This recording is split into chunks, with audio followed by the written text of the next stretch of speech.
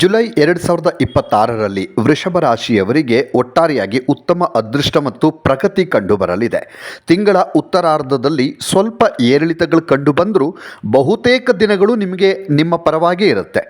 ದೀರ್ಘಕಾಲದಿಂದ ನಿಂತು ಹೋಗಿದ್ದಂಥ ಕೆಲಸಗಳು ಈ ತಿಂಗಳು ಜುಲೈನಲ್ಲಿ ವೃಷಭ ರಾಶಿಯವರು ಪೂರ್ಣ ಮಾಡ್ತೀರಿ.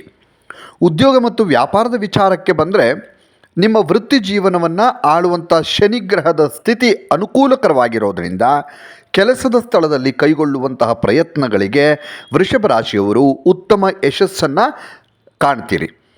ವ್ಯಾಪಾರದ ವಿಚಾರದಲ್ಲಿ ವ್ಯಾಪಾರ ಮಾಡುವಂಥವರಾಗಿದ್ದರೆ ತಿಂಗಳ ಮಧ್ಯಭಾಗದಲ್ಲಿ ನಿಮಗೆ ದೊಡ್ಡ ಒಪ್ಪಂದಗಳು ಸಿಗುವಂಥ ಸಾಧ್ಯತೆ ಇದೆ.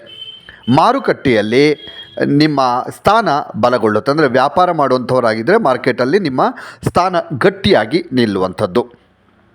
ಸ್ವಲ್ಪ ಎಚ್ಚರಿಕೆಯನ್ನು ಕೂಡ ನೀವು ವಹಿಸಬೇಕಾಗತ್ತೆ. ಯಾವುದರಲ್ಲಿ ಅಂದರೆ ಆತುರದ ನಿರ್ಧಾರ, ಅರ್ಜೆಂಟಾಗಿ ಏನಾದರೂ ನಿರ್ಧಾರ ತಗೊಳ್ಳುವಂಥದ್ದು ಅಥವಾ ಕೋಪ ಮಾಡ್ಕೊಳ್ಳೋದು ಅಥವಾ ಅಹಂಕಾರದಿಂದ ನಿಮ್ಮ ಕೆಲಸಗಳು ಹಾಳಾಗುವಂತಹ ಸಾಧ್ಯತೆ ಹೆಚ್ಚಾಗಿರುತ್ತೆ. ಈ ಬಗ್ಗೆ ನೀವು ಹುಷಾರಾಗಿರಬೇಕು. ಯಾವುದೇ ಪ್ರಮುಖ ವೃತ್ತಿಪರವಾಗಿ ಅಂದರೆ ನಿಮ್ಮ ಕೆಲಸದ ವಿಚಾರದಲ್ಲಿ ಏನಾದರೂ ಒಂದು ಹೆಜ್ಜೆ ಇಡ್ತೀರಿ ಅಂತಂದರೆ ಅದಕ್ಕೂ ಮೊದಲು ನಿಮ್ಮ ಹಿರಿಯರ ಸಲಹೆ ಪಡ್ಕೊಳ್ಳೋದು ಭಾಳ ಒಳ್ಳೆಯದು. ಇನ್ನು ಹಣಕಾಸಿನ ವಿಚಾರವನ್ನು ನೋಡೋದಾದರೆ ನೋಡಿ, ರಿಯಲ್ ಎಸ್ಟೇಟು, ಜಮೀನು ಅಥವಾ ಹೊಸ ವಾಹನಗಳನ್ನು ಖರೀದಿಸುವ ಅಥವಾ ಮಾರಾಟ ಮಾಡುವಂತಹ ಉತ್ತಮ ಅವಕಾಶಗಳು ನಿಮಗೆ ಒದಗಿ ಬರ್ತವೆ. ಯಾವುದಾದ್ರೂ ಸೇಲ್ ಮಾಡೋದಿದ್ದರೆ ಜಾಗವನ್ನು ಅಥವಾ ವಾಹನವನ್ನು ಒಂದು ಒಳ್ಳೆ ರೇಟಿಗೆ ಸೇಲ್ ಆಗುವಂಥದ್ದು ಅಥವಾ ಖರೀದಿ ಮಾಡೋದಕ್ಕಿದ್ರೂ ಕೂಡ ನಿಮಗೊಂದು ಒಳ್ಳೆ ರೇಟಿಗೆ ಖರೀದಿ ಮಾಡುವಂಥದ್ದು ಕೂಡ ಆಗತ್ತೆ. ಆದರೆ ಮನೆ ಅಥವಾ ವಾಹನಗಳ ದುರಸ್ತಿಗಾಗಿ ಅನಿರೀಕ್ಷಿತವಾದಂಥ ವೆಚ್ಚಗಳು ನಿಮಗೆ ಕಂಡು ಬರಬಹುದು. ಸಡನ್ನಾಗಿ ಯಾವುದೋ ರಿಪೇರಿ ಬರುವಂಥದ್ದು ಅಥವಾ ಮನೆಗೆ ಯಾವುದೋ ಒಂದು ಖರ್ಚು ಬರುವಂಥದ್ದು ಆಗುತ್ತೆ. ಆದ್ದರಿಂದ ಬಜೆಟ್ ಕಡೆಗೆ ಸ್ವಲ್ಪ ಗಮನ ಹರಿಸಬೇಕಾಗತ್ತೆ.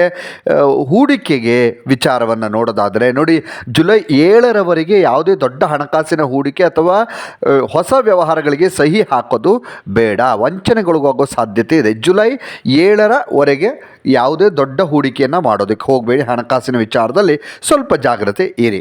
ಇನ್ನು ಕುಟುಂಬ ಮತ್ತು ಪ್ರೀತಿ ವಿಚಾರಕ್ಕೆ ನೋಡೋದಾದರೆ ಕುಟುಂಬದಲ್ಲಿ ಪ್ರೀತಿ ಮತ್ತು ಸಾಮರಸ್ಯ ಇರುತ್ತೆ. ಸಣ್ಣ ಪುಟ್ಟ ಭಿನ್ನಾಭಿಪ್ರಾಯಗಳಿದ್ದರೂ ಒಟ್ಟಾರೆ ನೆಮ್ಮದಿಯಂತೂ ಇರುತ್ತೆ. ಮತ್ತು ನಿಮ್ಮ ಮಕ್ಕಳ ಭವಿಷ್ಯ ಅಥವಾ ಆರೋಗ್ಯಕ್ಕೆ ಸಂಬಂಧಿಸಿದಂಥ ದೊಡ್ಡ ಚಿಂತೆಯೊಂದು ಈ ತಿಂಗಳು ನಿಮಗೆ ಬಗೆಹರಿಯುವಂತಹ ಸಾಧ್ಯತೆ ಕಂಡು ಬರ್ತಾ ಇದೆ. ಇನ್ನೊಂದು ವಿಚಾರ ವೃಷಭ ರಾಶಿಯವರು ಭಾಳ ಇಂಪಾರ್ಟೆಂಟಾಗಿ ತಿಳ್ಕೋಬೇಕಾದ್ದೇನು ಅಂದರೆ ಜುಲೈ 7ರಿಂದ 16ನೇ ತಾರೀಕು ನಡುವೆ ಸೂರ್ಯ ಮತ್ತು ಬುಧನ ಪ್ರಭಾವದಿಂದಾಗಿ ವಾದ ವಿವಾದಗಳು ಉಂಟಾಗುವಂತಹ ಸಾಧ್ಯತೆ ಇದೆ. ಹಾಗಾಗಿ ಯಾರಿಗೂ ಸುಲಭವಾಗಿ ಭರವಸೆ ಕೊಡಬೇಡಿ ಅಥವಾ ನೀವು ಯಾರನ್ನು ಕಣ್ಮುಚ್ಚಿ ನಂಬೋದಕ್ಕೆ ಹೋಗಬೇಡಿ. ಇನ್ನು ಈ ತಿಂಗಳು ನೀವು ಕೈಗೊಳ್ಳುವಂತಹ ಧಾರ್ಮಿಕ ಅಥವಾ ದೀರ್ಘ ಪ್ರಯಾಣಗಳು ನಿಮ್ಮ ಮಾನಸಿಕ ಶಾಂತಿ ಮತ್ತು ಲಾಭವನ್ನು ಕೊಡುತ್ತೆ. ಜೊತೆಗೆ ಮಂಗಳನ ಸಾಗಣೆಯಿಂದಾಗಿ ನಿಮ್ಮಲ್ಲಿ ದೈಹಿಕ ಶಕ್ತಿ ಮತ್ತು ಉತ್ಸಾಹ ಹೆಚ್ಚಾಗುತ್ತೆ. ಆಹಾರದ ವಿಚಾರದಲ್ಲಿ ಆಹಾರದ ಪದ್ಧತಿಯಲ್ಲಿ ಶಿಸ್ತನ್ನು ಕಾಪಾಡಿಕೊಳ್ಳೋದು ಒಳ್ಳೆಯದು. ಸುಮ್ಮನೆ ಸಿಕ್ಕದಲ್ಲಿ ತಿನ್ನುವಂಥದ್ದು ಎಲ್ಲ ಮಾಡಬಾರ್ದು. ಆ ಥರ ಏನಾದರೂ ಆದರೆ ಆರೋಗ್ಯ ಹದಗೆಡುವಂಥ ಸಾಧ್ಯತೆ ಇದೆ. ಮತ್ತು ಮಾನಸಿಕ ಒತ್ತಡವನ್ನು ನಿಯಂತ್ರಿಸೋದಕ್ಕೆ ನೀವು ಯೋಗ ಅಥವಾ ಧ್ಯಾನದ ಮೊರೆ ಹೋದರೆ ಬಹಳ ಒಳ್ಳೆಯದು.